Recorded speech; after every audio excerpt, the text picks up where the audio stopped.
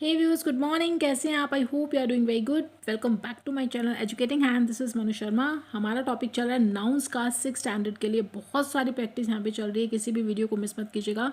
Continuing this topic, today we will do exercise number C from classroom assignment number 36, filling the blanks with appropriate nouns. आपको यहाँ पे कोई भी options given नहीं है, आपको खुद से अपने आप, अब जब आपको पता चल गया कि कौन कौन से नाउन्स हमारे पास होते हैं, क्लियर हो चुका है सब कुछ, तो अब without any clue you have to fill nouns in these sentences. Sentence number 1, this dash is my best friend. ये मेरा बेस्ट फ्रेंड है। अब आपको सिर्फ एक नाउन का नेम लिखना है, प्रॉपर नाउन का नेम लिखना है।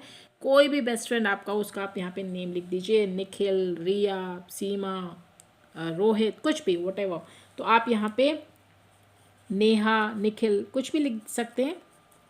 तो I am writing Neha. Neha is my best friend. Neha मेरी सबसे अच्छी मित्र है। Next one, dash is a Nobel virtue. अब यहाँ पे एक श्रेष्ठ जो काम है, किसी भी अच्छी बात का, किसी भी अच्छी फीलिंग का आप यहाँ नेम लिख सकते हैं। मैं ऑनेस्टी लिख रही हूँ, ईमानदारी। ऑनेस्टी जो है एक नोबल वर्चू है, ईमानदारी एक बहुत अच्छा जो है काम होता है, श्रेष्ठ काम होता है। I was born in dash, मैं कहाँ पर पैदा हुआ था। अब देखिए इन है, इट मीन्स आपको नेम ऑफ प्लेस देना पड़ेगा कि आप कहाँ पर पैदा हुए थे। तो जहाँ पे भी आपका जन्म हुआ है, सपोज मैंने यहाँ पे करनाल राइट डाउन किया, आप दिल्ली, अम्बाला, कुछ भी जहाँ पे भी आपका जो जन्म हुआ है आप लिख सकते हैं। आपको प्लेस लिखना पड़ेगा क्योंकि वो कह रहा है कि मेरा जन्म करनाल में हुआ है। आपको डेट नहीं बताने कि आपका पैदा हुआ, आप कहाँ पर पैदा हुआ, करनाल में मैं पैदा हुआ, तो आपको नेम ऑफ सिटी यहाँ पे देना पड़ेगा, नेम ऑफ प्लेस आपको यहाँ पर देना पड़ेगा।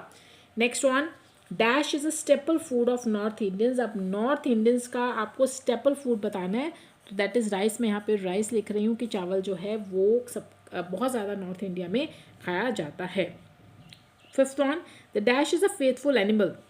अब आपको एक फेथफुल एनिमल का नेम देना है कि जो सबसे वफादार जो एनिमल होता है। यहाँ पे एक डॉग मैं लिख रही हूँ, आप हॉर्स भी लिख सकते हैं, हॉर्स भी बहुत फेथफुल एनिमल होता है, तो डॉग बहुत ज़्यादा फेथफुल एनिमल माना जाता है, इस वजह से मैंने यहाँ पे डॉग लिख दिया। Next one, she presented me a dash of flowers.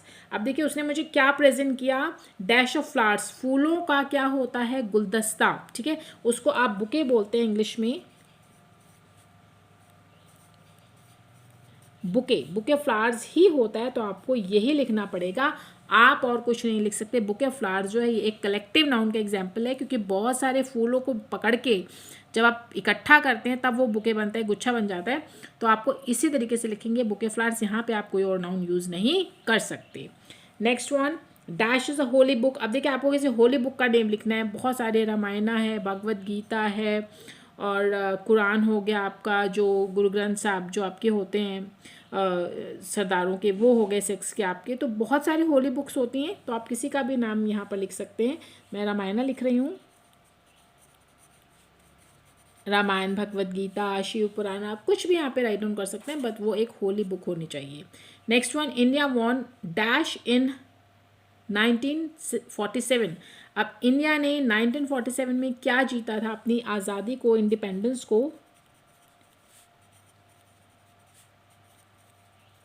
तो यहाँ पे मैंने इंडिपेंडेंस लिख दिया, इंडिया ने 1947 में अपनी इंडिपेंडेंस को वॉन किया था। The bounded bird cried in dash. अब वाउंडेड का जो मीनिंग है दैट इज जख्मी। अब वो जख्मी है पक्षी, तो वो किस में चिल्लाएगा, ऑफकोर्स उससे पेन हो रहा है, तो एक एब्स्ट्रैक्ट नाउन है पेन। तो यहाँ पे पेन को आप सिर्फ फील कर सकते हैं, आप टच नहीं कर सकते, देख नहीं सकते, स्मेल नहीं कर सकते, तो इट्स एब्स्ट्रैक्ट नाउन। तो जख्मी जो बर्ड है वो दर्द से चिल्ला रहा था, दर्द में वो चिल्लाया। 10th, a dash washes clothes. अब कपड़ों को कौन धोता है, एक वॉशर विमेन है, ये वॉशर मैन हो सकता है, तो यहाँ पे मैं वॉशर विमेन लिख रही हूँ। एक जो जिस तरह से धोबी बोलते हैं ना जिसको, वॉशर मैन को, तो वो कपड़ों को धोता है, मैंने यहाँ पर वॉशर विमेन लिख दिया। Now come to sentence number 11, he bought a new dash of playing cards. अब जो कार्ड्स आप लोग खेलते हैं उसको, जो पूरा उसका जो इकट्ठा करके उसको बनता है, काफ़ी सारे कार्ड्स जो होते हैं उसको आप डेक बोलते हैं। तो यहाँ पे आपको डेक वर्ड ही यूज़ करना पड़ेगा, क्योंकि डेक ही होता है, डेक ऑफ कार्ड्स ही होता है। क्लियर? तो मैंने एक नया डेक ऑफ प्लेइंग कार्ड्स को खरीदा। Next one, a dash of hockey players were standing in the stadium. अब हॉकी प्लेयर्स की क्या होगी, जिस तरह से क्रिकेट की टीम होती है तो इसी तरह से हॉकी प्लेयर्स की एक टीम होगी, वो कहाँ पर खड़ी थी, स्टेडियम में। क्लियर? तो टीम जो है it's example of collective noun. तो sentence number 13, a dash is a place of worship. अब वर्शिप होता है पूजा। अब यहाँ पे पूजा का कौन कौन सा स्थान होता है जहाँ पे आप प्रे करने जाते हैं, वो टेम्पल भी हो सकता है, मॉस्क्यू, चर्च, गुरुद्वारा, कुछ भी हो सकता है। तो यहाँ पे आप कुछ भी इसमें से लिख सकते हैं, मैंने यहाँ पे लिख दिया टेम्पल। टेम्पल जो है एक मंदिर, एक वर्शिप का प्लेस होता है जहाँ पे आप पूजा पाठ के लिए जाते हैं।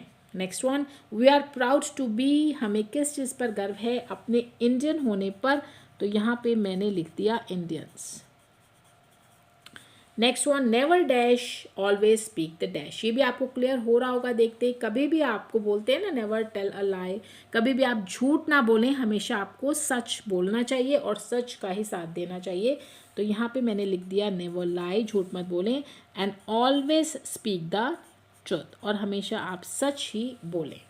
And the last one is there was a large dash in the market. Market में देखा बहुत ज़्यादा क्राउड था, भीड़ थी, क्योंकि मार्केट एक ऐसा प्लेस है जहाँ पे आपको अक्सर भीड़ भाड़ देखने को मिल जाती है। तो crowd is an example of collective noun. बहुत सारे लोग जब एक जगह पर खड़े हो जाते हैं, जमा हो जाते हैं, वहाँ पे क्राउड बन जाता है। तो मार्केट में ऐसा ही क्राउड देखने को मिला। तो आई होप ये एक्सरसाइज आपको क्लियर होगी। कोई भी अगर आपको क्वेरी या डाउट होता है please let me know in the comment section.